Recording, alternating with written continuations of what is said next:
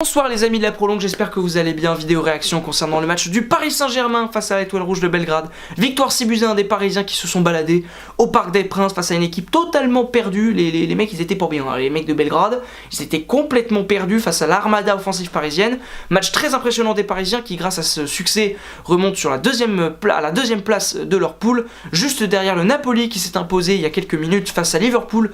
Victoire 1-0 avec un but dans les tout derniers instants de la rencontre de Lorenzo Insigne. Le prochain match face au Napoli va être très intéressant, on va évidemment en parler en fin de vidéo, juste après l'analyse que je vais faire donc de cette rencontre là. Du Paris Saint-Germain, bon le PSG s'est baladé, voilà, le score le confirme, 6-1.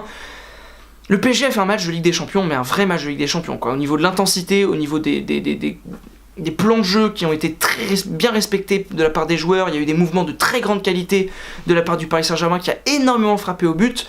Le PSG s'est créé énormément d'occasions et à l'image du match de Neymar, bah, c'était quasiment parfait. Il y a eu très peu d'erreurs. Ce PSG a été impressionnant, et même si l'adversaire n'était pas très fort, le PSG était vraiment très fort parce qu'il faut les mettre ces 6 buts. Il faut les mettre, même si c'est un adversaire pourri en face, faut les marquer, faut les mettre. Le PSG l'a fait. Félicitations. Alors même si vu que je suis un petit peu un mec insupportable, j'ai quand même un peu critiqué parce que sinon ce serait trop facile, ce serait trop beau hein, de dire que tout est parfait, tout va bien. Non, faut critiquer le système du 4-2-3-1 qu'a instauré donc Thomas Tuchel, qui permet donc à Neymar d'évoluer en 10, à Di Maria, Mbappé d'être présent aussi sur le terrain, d'avoir vraiment beaucoup d'éléments positifs sur un plan offensif, fait que défensivement c'est plus compliqué. Les latéraux sont en difficulté, les latéraux laissent beaucoup d'espace dans leur dos.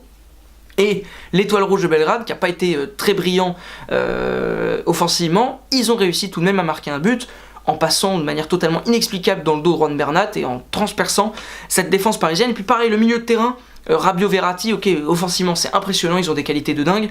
Maintenant défensivement c'est peut-être un peu plus difficile, c'est pour ça qu'il faut penser à une autre possibilité, à une alternative lors des grands matchs, peut-être passer à 3 derrière, j'en sais rien, c'est une idée comme ça que je propose, mais il va falloir quand même y penser, parce que c'est pas pour moi dans ce schéma-là que tu pourras faire un grand match face au Napoli notamment. Et donc le match face au Napoli il arrive très vite, comme le match de Liverpool était arrivé très vite d'ailleurs, trop vite pour certains, qui ont expliqué que si le PSG n'a pas pu faire un grand match face à l'équipe de Mohamed Salah, et bah c'est que finalement bon, c'était trop tôt et que le PSG n'était pas prêt. Ok, je le conçois, je le comprends, alors je suis pas forcément d'accord, mais je peux comprendre. Maintenant voilà, le match du Napoli arrive, là on l'a vu ce soir, le PSG est prêt, le PSG est capable de faire un match de niveau Ligue des Champions.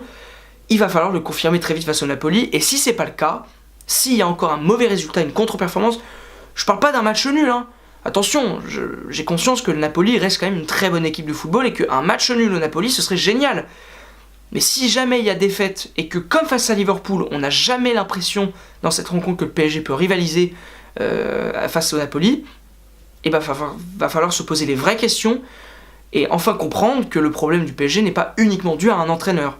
L'entraîneur, ok, peut être responsable de pas mal de problèmes, mais il y a aussi des joueurs, il y a aussi des dirigeants, un staff, plein de choses qui font qu'aujourd'hui, le Paris Saint-Germain n'est peut-être pas encore capable de passer ce fameux cap qui pourrait peut-être permettre à ce club-là d'aller tout en haut en Ligue des Champions. Je n'espère pas que le PSG va retomber dans des travers un peu pourris face au Napoli, j'espère que le PSG va faire un grand match là-bas.